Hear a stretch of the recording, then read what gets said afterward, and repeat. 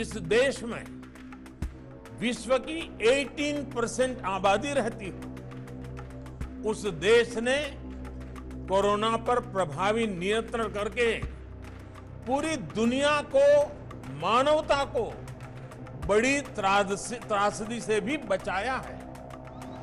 It's a story of poor public policy and complacency going back decades.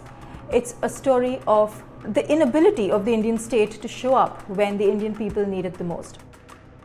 On Saturday, India saw the world's highest ever case tally of over 400,000 infections. Are we likely to see a peak soon, or are things likely to get worse before they get better? I don't think from the very beginning we've ever had an accurate picture of the virus in India, and we certainly don't have an accurate picture now. आज भारत दुनिया के उन देशों में से हैं जो अपने ज्यादा से ज्यादा नागरिकों का जीवन बचाने में सफल रहा है।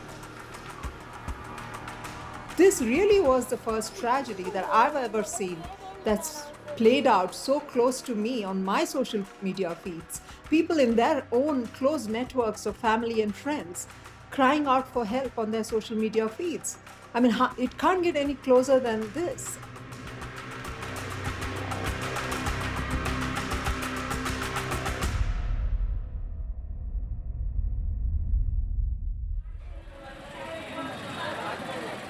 India is no stranger to pandemics, but modern India has escaped some of the worst pandemics the world has seen. For example, the previous version of SARS, India pretty much escaped that. So it's fair to say that India didn't really have any competence to deal with global pandemics of this sort.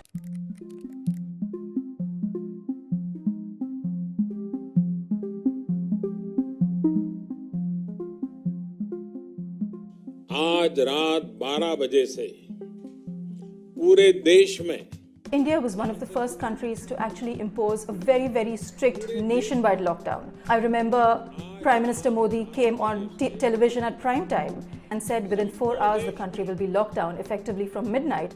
संपूर्ण lockdown होने जा रहा है। The urgency behind the lockdown left many people with a lack of preparation. India has a massive internal migration. Waves of people really flow from the villages. So suddenly, when factories were ordered to be shut, millions of people were rendered unemployed virtually overnight. Then we could see waves of these internal migrants on roads, trudging back to their villages on foot. There were extremely sad and grim instances where they were so tired that they chose to sleep and they were run down by trains and buses. The predictions were for the worst sort of carnage in India. However, as the pandemic kind of ran through the population, India's mortality rate ended up being among the lowest in the world. Everyone around could see people affected by the coronavirus. Even if they went to hospital, they would get out of hospital relatively soon and relatively healthy. And here we are even talking about people aged 70 plus, 75, 80 and older. Yeah, I mean, there was a lot of theories whether India had reached a level of herd immunity at that point. There were other theories going around that India's a warm country, whether South Asian populations were more genetically immune or disposed to not feel the worst effects of COVID, but none of them were particularly well proven, but the official numbers were kind of showing that there was something going on anyway. You saw Modi at the World Economic Forum saying that India had basically contained the virus and had saved the world from corona. The central bank itself, the Reserve Bank of India, came out with a really quite jubilant statement in January saying that the country had bent the virus curve like Beckham, which was obviously a very odd statement to come out for a central bank, but that was the kind of atmosphere at the time.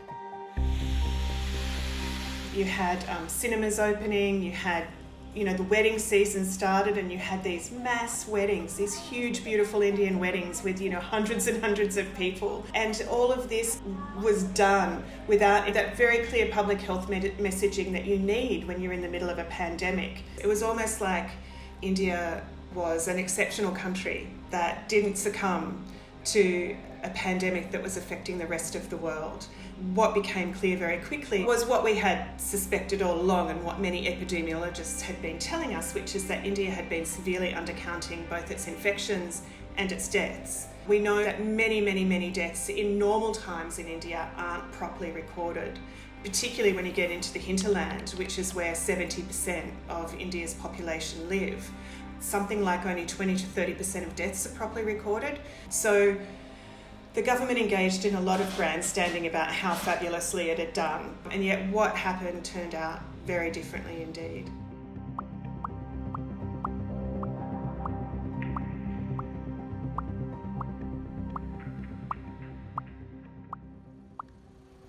This really has been the first major global crisis that's played out since social media became such a huge factor in people's lives. And particularly in India, social media has caught on in the last few years. There are 500 million WhatsApp users. But what happened was real crowdsourced chaos that was playing out on social media. There was misinformation about fake COVID cures, immunity boosters, herbal concoctions that could save people from getting COVID. Dab some lemon juice on your nostril and you'll be safe. ये prevention भी है, ये treatment भी है, और ये after जो corona के इफेक्ट्स है उनको भी डील करती है. तो सारे रिसर्च पेपर 25 रिसर्च पेपर हमने इसके ऊपर पब्लिश किए हैं. The problem is that a lot of people that use social media have gotten onto the internet very, very recently. So it's really difficult for them to distinguish what's fake and what's real.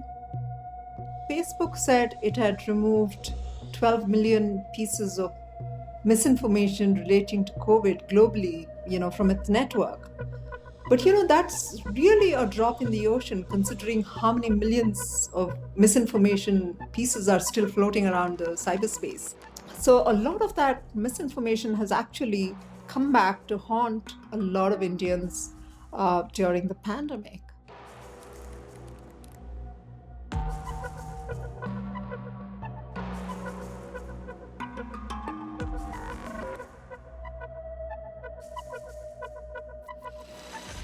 The fact is that India has over the years converted itself into a powerhouse of vaccine creation. In fact, more than half of the world's children are inoculated with a vaccine developed in India. And therefore, this one particular company, the Serum Institute of India, which is situated just outside Mumbai, was seen as a hope for the world, not just India. Adar Poonawalla is the CEO of the Serum Institute of India. And he's this 40-year-old son of a billionaire father who founded this company in the 1960s. In mid-2020, Poonawalla signed a deal with AstraZeneca to supply 1 billion doses of its vaccine for the world, and 400 million of those were meant to be produced by the end of the year.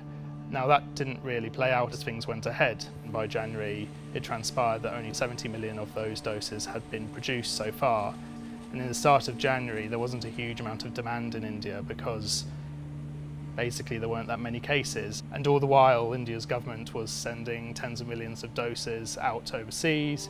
It was engaged in COVID vaccine diplomacy. It was really trying to sort of needle China, which was attempting to do the same at the time as well. India has exported or donated more than 60 million doses of coronavirus vaccines to countries far poorer than India. It was seen as a massive diplomatic victory for India's ruling party. Little did they know that a more potent strain of the virus was at the same time brewing within the people in India.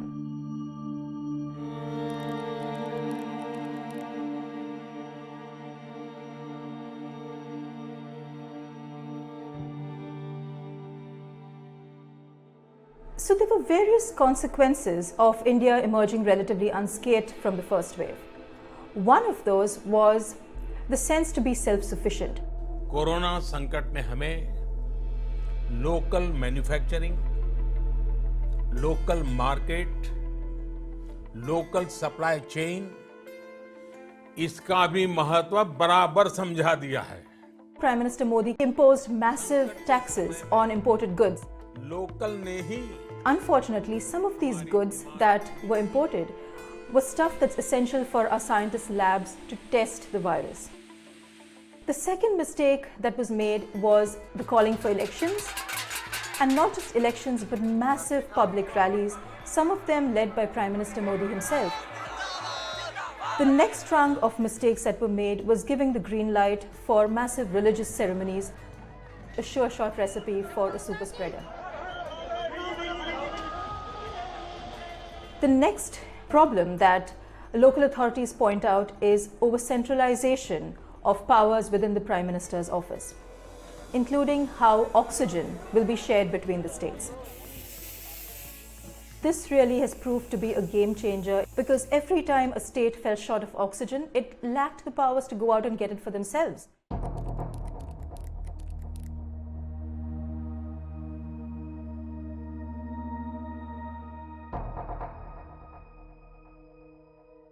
One of the scariest things when the second wave hit was the fact that India was running out of oxygen.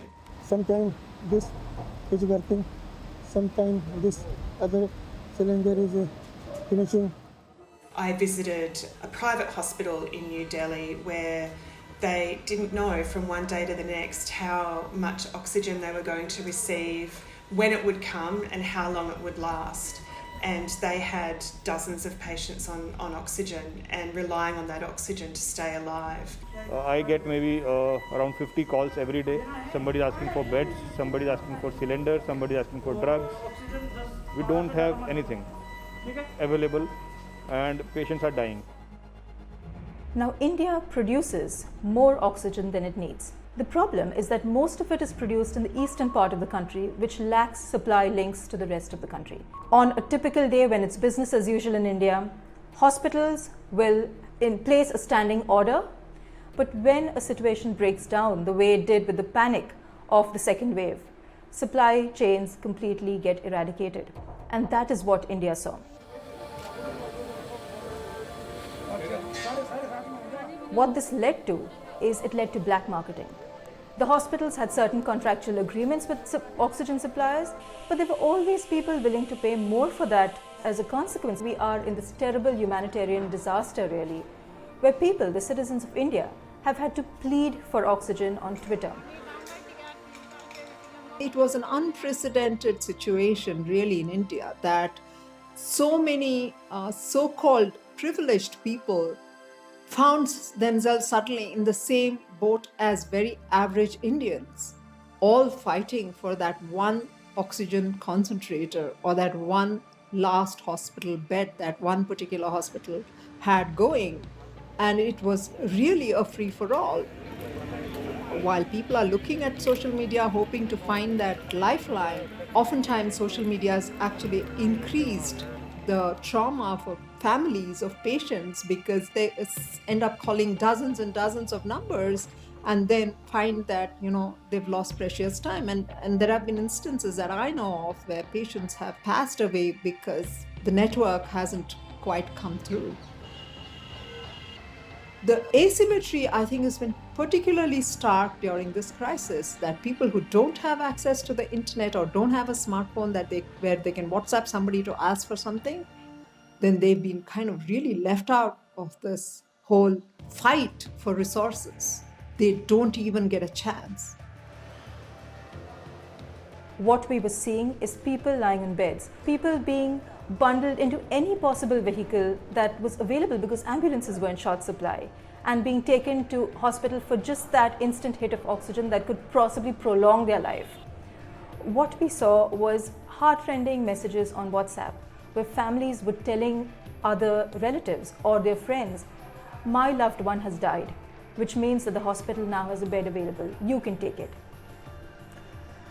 What we saw was reporters going out on the field, going out to crematoriums and saying that the government has told us 40 people died in the city today. I am showing you, my camera is showing you that 500 pyres are burning right now. What we had was crematorium workers telling us, "I will go to hell if I lie to you and tell you that this is not as bad as it sounds."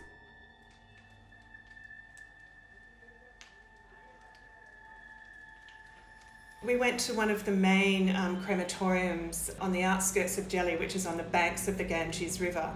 There were so many pyres burning, the heat was extraordinary.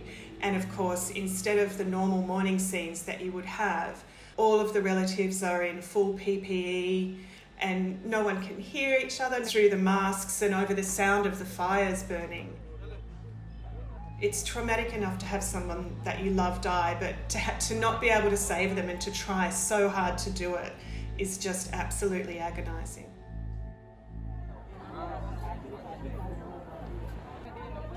So when people started asking for vaccines urgently, India just did not have the supply to give them.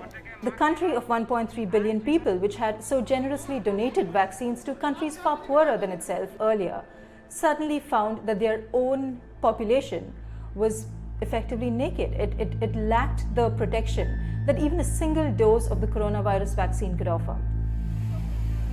That's a big irony, is that you've got the world's largest vaccine producing hub, but it isn't able to supply itself, let alone the rest of the world. So many of the poorer and middle income countries that were dependent on India supplying the COVAX initiative, for instance, that's just not going to happen for a while, and those countries are the ones that are going to be very hard hit by this.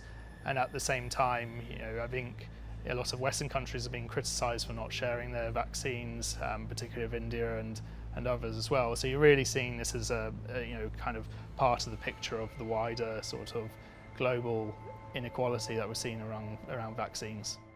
Some of the poorest and the most vulnerable sections of society probably lack even the basic health infrastructure that is a human requirement. It's a basic right. But probably for the first time, the so-called privileged in this country are facing what the poor Indian faces every day, that not even money can buy you a hospital bed. And really, the second wave of the coronavirus has exposed severe cracks in Indian society, in Indian policy making, in India's healthcare system, that are essential to be filled if we have to go ahead as a nation.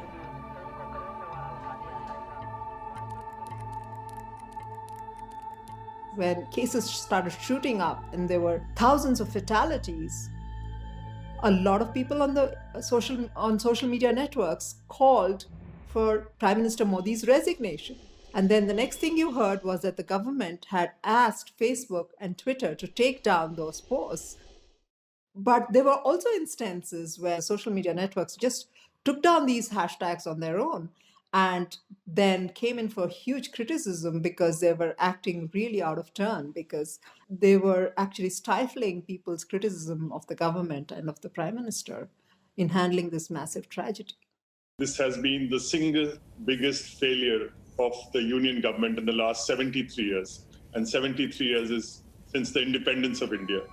So we can see the political impact of Modi's popularity being eroded probably for the first time as people die, as people realize that privilege no longer protects you. Prime Minister Modi was elected on a massive majority in 2014, and he repeated that in 2019. He came in on a very business-friendly platform, and he has made some considerable reforms in India, like a momentous decision in 2016 to demonetize part of the currency and basically ban 86% of the currency overnight. And it didn't seem to affect his popularity at all.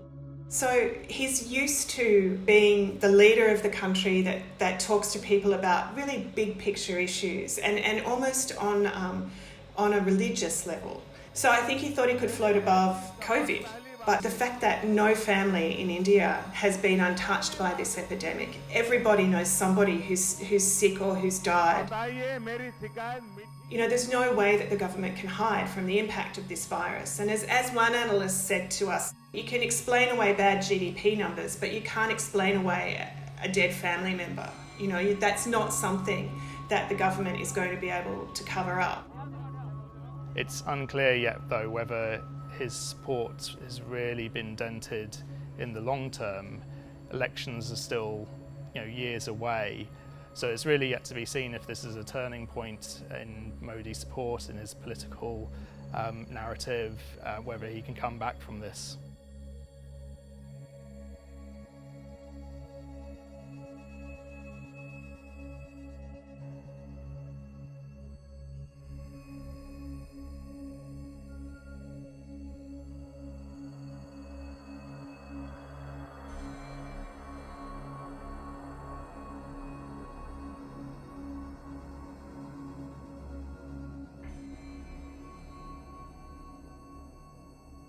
B.1.617, the variant of the novel coronavirus first sequenced in India, is fast spreading across the world. If Indians are not vaccinated quickly, if India doesn't do everything to contain its spread quickly enough, the risk is that more and more of these mutations could threaten not just the health and livelihoods of the rest of the world, but also immense economic supply chains. India contributes more than 8% to global growth, but if you integrate what India does into the systems of the world, into large banks, into large pharmaceutical companies, most of the seafaring ships which haul cargo from one country to the other, most of these ships are manned by Indians. What will happen to the supply chains around the world if Indians are unable to get up, get out of their beds, go to work, be healthy, think, be on their feet, enable that business continues as usual? As India's power and stature has grown over the years, as it has taken on more and more leadership roles on the global stage, world powers, in particular the US, is very reliant on India as providing a kind of buffer against the rise of China, in particular in the Asian region. It's really important that as a democratic country on the border with China, India maintains a strong global role. And if it's unable to get this pandemic under control, if it's unable to boost its health infrastructure enough to create a stable environment and therefore allow its economy to recover from the lockdowns, then that global stature that India has will be under threat. It's a lesson not just for policymakers in India, it's a lesson for leaders everywhere about the areas of policymaking that need focus, about what could go wrong with just one single decision. That a tiny virus, unseen by the naked eye, can take down strongmen all over the world if they're not careful.